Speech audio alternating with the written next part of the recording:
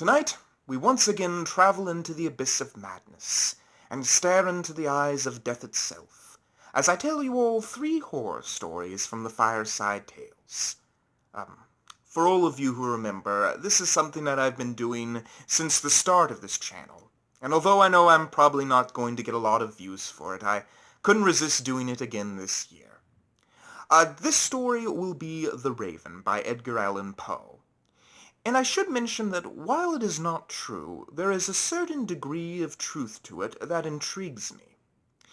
Edgar Allan Poe wrote this while his wife, Virginia, was dying down below in her bedroom, so that you could say the narrator was the writer himself, and that the raven was a very real raven, or at least real according to the Fireside Tales.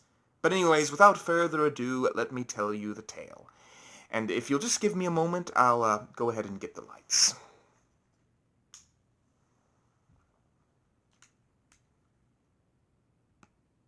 Once upon a midnight dreary, while I pondered, weak and weary, over many a quaint and curious volume of forgotten lore, while I nodded, nearly napping, suddenly there came a tapping, as of someone gently rapping at my chamber door.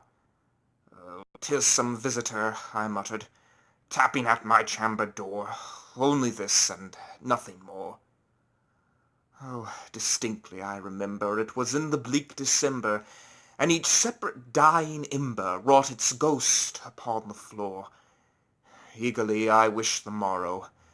Vainly I had sought to borrow from my books surcease of sorrow, sorrow for the lost Lenore, for the rare and radiant maiden, whom the angels name Lenore, nameless here forevermore.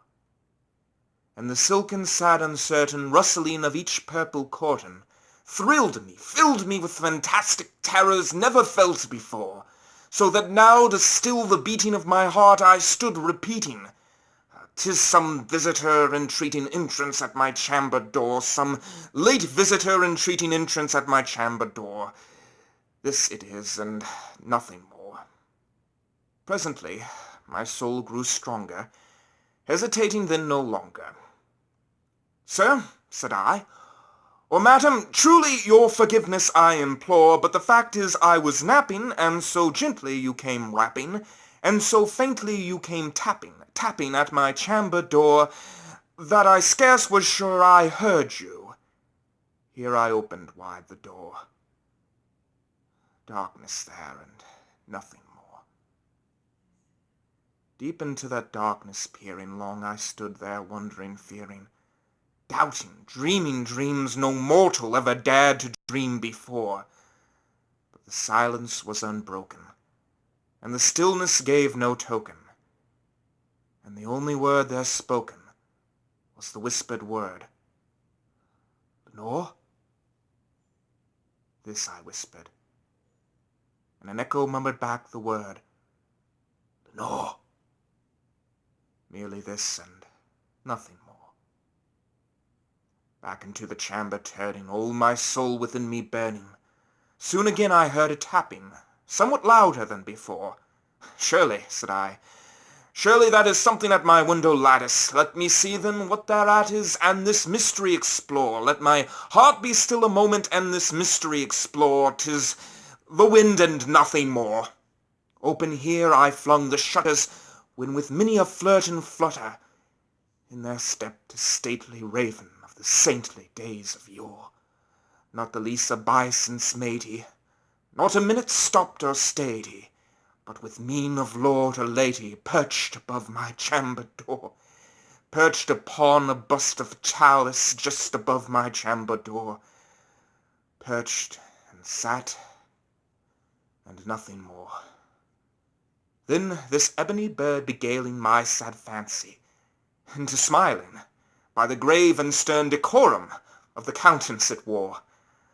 "Though thy crest be shorn and shaven, thou," I said, "art sure no craven, ghastly gim and ancient raven, wandering from the nightly shore. Tell me what thy lordly name is on the night's Plutonian shore."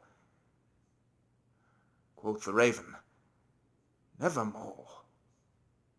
Much I marvelled this ungainly fowl to hear discourse so plainly, though its answers little meaning, little relevancy bore.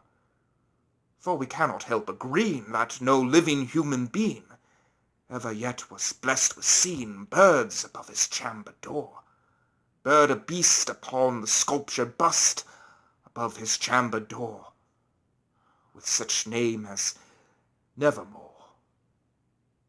But the Raven, sitting lonely on the placid bust, spoke only that one word, as if his soul and that one word he did outpour, nothing farther than he uttered, not a feather than he fluttered, till I scarcely more than muttered, "Other friends have flown before.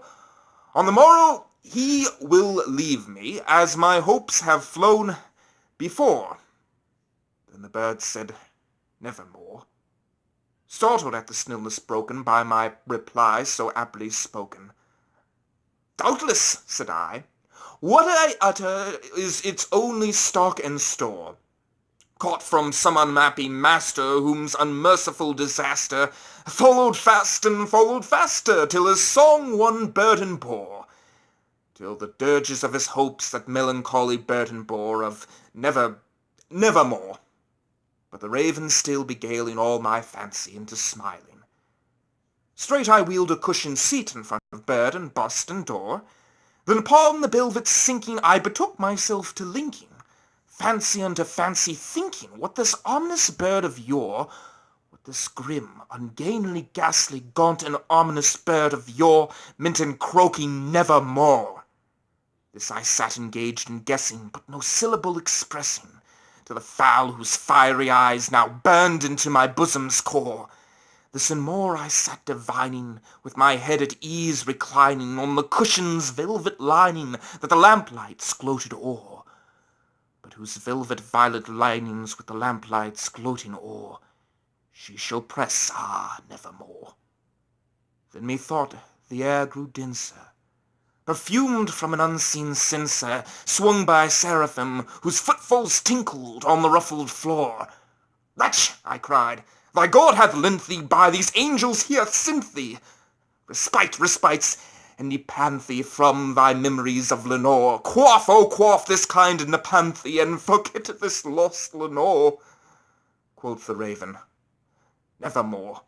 "Prophet," said I, "thing of evil, prophet still, if bird or devil, whether tempest sent, or whether tempest tossed thee here ashore, dissolute yet all undaunted, on this desert land enchanted, on this home by horrors haunted, tell me it truly, I implore, is there balm in Gilead? Tell me, I implore." Quoth the Raven, "Nevermore." "Prophet," said I, "thing of evil, prophet still, if bird or devil, by that heaven that bends above us, by that God we both adore, tell the soul with sodden Latin, if within the distant Aden it still clasps the Satan maiden who the angels name Lenore, clasp a rare and radiant maiden whom the angels name Lenore." Quoth the Raven, "Nevermore." "Be that word our sign of parting, bird or fiend," I shrieked, upstarting, "get thee back into the tempest and the night's Plutonian shore. Leave no black plume as a token of that lie thy soul hath spoken. Take thy beak from out my heart, and take thy form from off my door." Quoth the Raven, "Nevermore." And the Raven, never flitting, still is sitting on the pallid bust of Pallas just above my chamber door, and his eyes have all the seeming of a demon that is dreaming, and the lamplight o'er him streaming throws his shadow on the floor, and my soul from out that shadow that lies floating on the floor shall be lifted nevermore.